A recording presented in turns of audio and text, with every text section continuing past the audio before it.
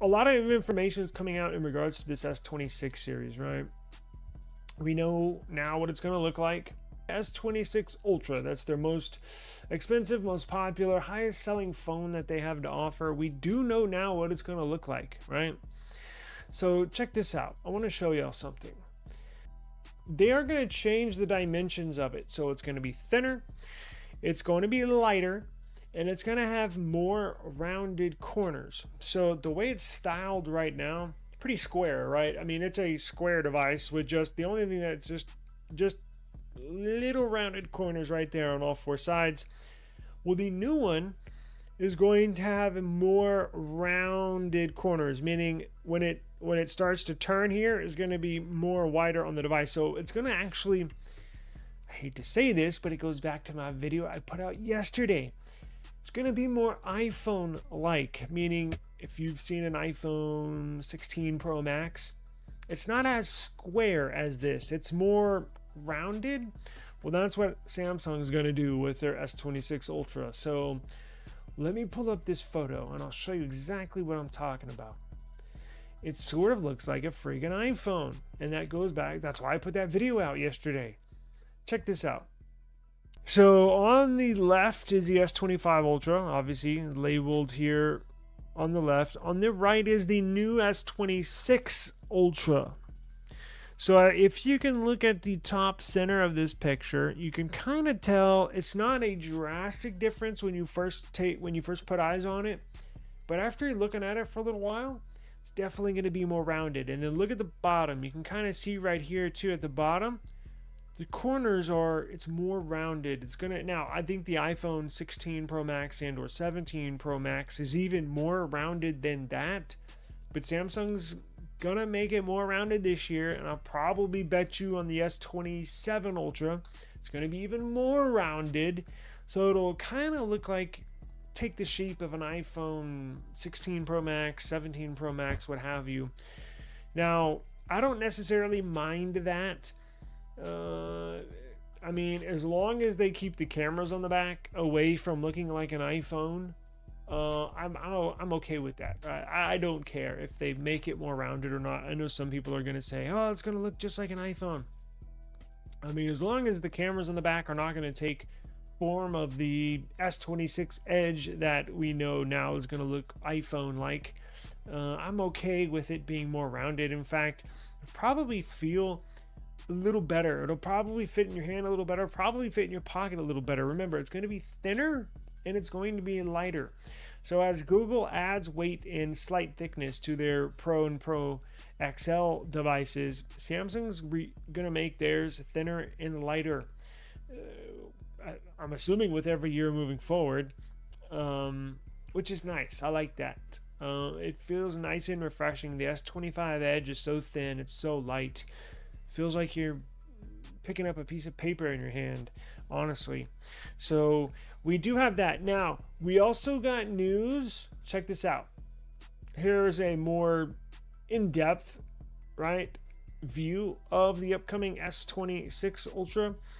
Now, the dimensions are going to change slightly. So the height is going to change. Well, it's not previous, but the current S25 Ultra is 162.8 millimeters tall, 162.8. The new S26 Ultra that's coming out is going to be 163.4 millimeters. So 162.8 versus 163.4. And then it's going to be slightly wider. So the S25 Ultra, 77.6 millimeters wide. And the new S26 Ultra, 77.9 millimeters wide. So 77.6 versus 77.9. And we now know, yesterday, late last night, the cameras leaked. Now, again, they're not going to increase the battery, right? It's going to stay at a 5,000 milliamp hour battery. But what did I tell you?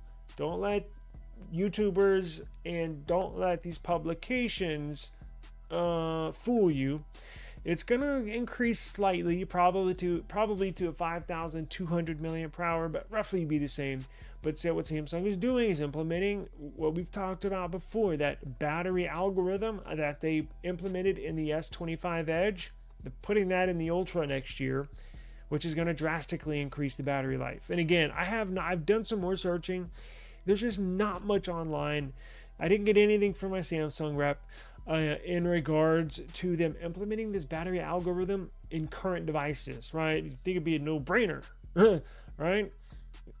I haven't come across anything. I haven't gotten any answers. All that I know is that it's in the S25 Edge, but they're going to put it in future Samsung flagship phones, plural phones. So I'm assuming that means all the lineup next year, S26 Pro, S26 Edge, and S26 Ultra, is getting that battery algorithm to extend the battery life drastically. So you will get better battery life next year from the S26 lineup. Now, we did get a new leak last night in regard to the cameras that this is going to use. So S26 Ultra is going to feature that classic 200 megapixel main sensor. See, this S26 Ultra is going to feature a 200 megapixel main sensor, a 12 megapixel telephoto with 3x zoom, a 50 megapixel telephoto with 5x zoom, and a 50 megapixel ultra wide. Now, the S26 Edge is going to have that same 200 megapixel main sensor and a 50 megapixel ultra wide camera. The S26 Pro is going to have a trio of 50 megapixel sensors on the back. I don't know if any of these sensors that are confirmed for the Ultra, if these are brand new sensors, like if that 50 megapixel telephoto sensor with a 5x zoom, like is that the brand newest, most new sensor that they have, or is it a 2-year-old sensor that the S24 Ultra had? I don't know, but I'm going to try to get specifics. I'm not sure if that's out there at the moment. And again, if they have a 1 or 2-year-old sensor, that's not that big of a deal. In fact, they can use that to their advantage because they have more familiarity with it. They know how to fine-tune. It's like Pixel that famously used that 12 megapixel sensor for like 5 years.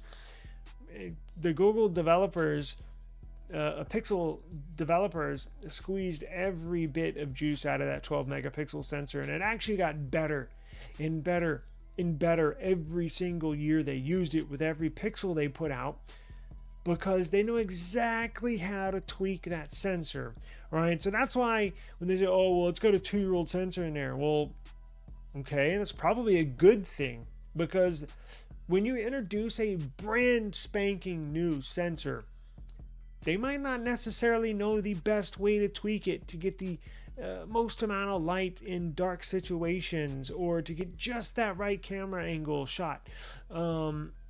Again, these are humans that are coding these things, and just like any other aspect or any other field, it takes a little while for familiarity to kick in, to get to know how to use for testing it, getting results, tweaking it, testing it again, getting results. You know, I actually personally, I prefer a 1 or 2-year-old sensor. Honestly, I do. Because when I hear, oh, it's a brand new sensor, I'm like, oh, great. So it's not going to be, it's going to take a while for them to get the best shots possible from that new sensor.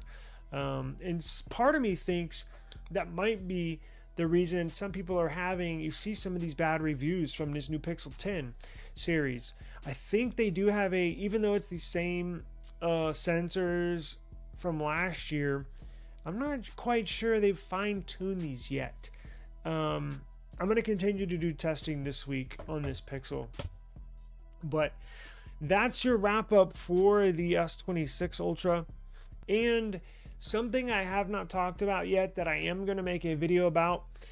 Check this out. So this is why I love Samsung. This is why I always have a Samsung as well as a Pixel. So Samsung, as you know, came out with the anti-reflective display on the S20, I guess it was on the S24 Ultra they introduced that. S25 Ultra has that same anti-reflective display. Well, get this.